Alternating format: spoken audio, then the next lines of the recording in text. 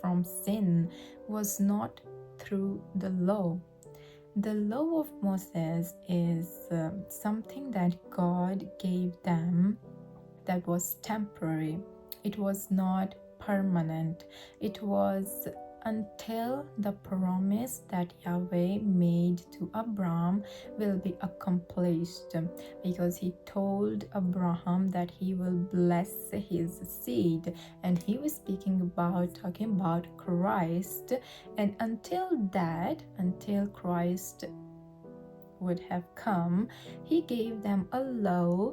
That law taught them about moral things, how to be a moral person, ceremonial things, so how to perform every kind of ceremony, and how to be civilized. But still, that was not enough to make them free from sin, because we needed a sacrifice to be freed from sin.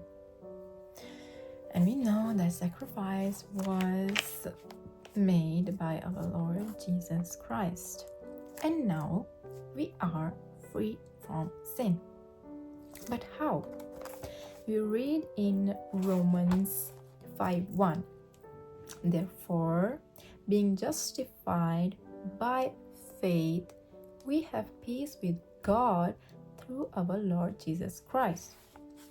We are reunited with the Father through the sacrifice of his Son, and we are justified by faith. Faith comes from here. I have faith that God has given his Son as a sacrifice for my sins, and he has made me free. But is my belief enough to make myself depart from the evil? No, it's not. I believe in Christ, so it doesn't mean that I will not do evil. Because if it was so in the New Testament, we wouldn't have found people departing from the Lord's teaching. There's a really great example in Galatians were people that were idol worshippers, and when Paul came in Galatia, he gave the good news, and they loved Paul, and they received with great enthusiasm the word of God, the good news. They were filled with the Holy Spirit, and they started walking upon the word of Christ. They believed in the sacrifice, and they repented, and they stopped idol worshipping, and they started to believe and being led by the Spirit. But we see, if we read from the chapter 3 of Galatians, the first verse, O foolish Galatians, who has bewitched you, that ye should not obey the truth, before whose eyes Jesus Christ has been evidently set forth, crucified among you?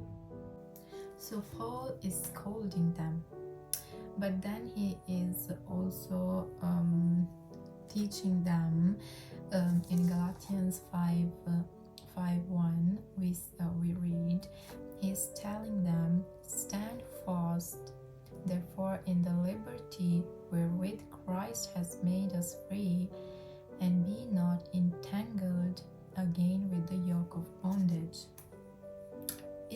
He's telling them that they were freed, they have received liberty in Christ.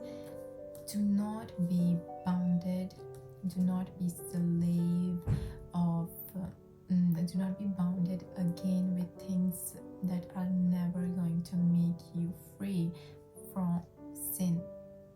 And then he says, for Christ is become of no more effect unto you, whosoever of you are justified by the law, ye are fallen from grace.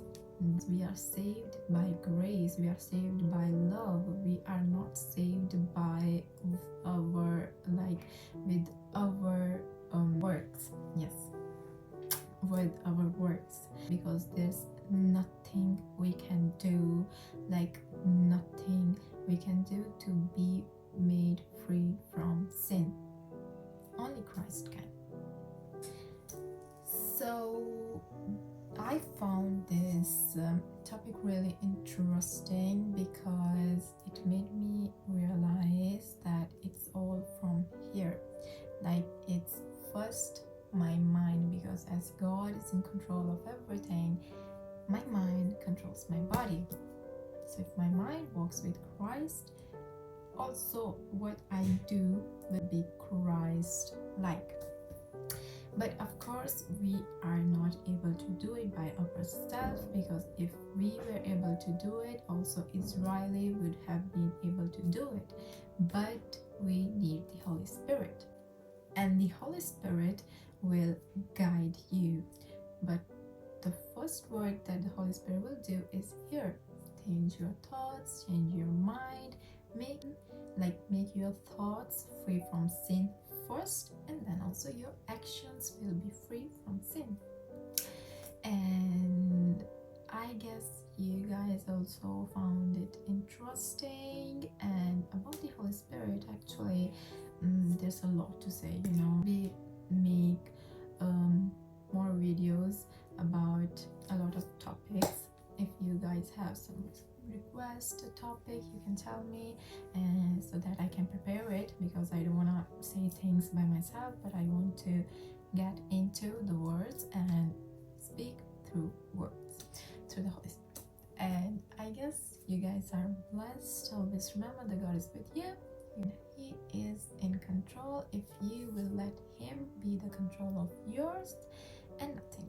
God bless you. Bye bye.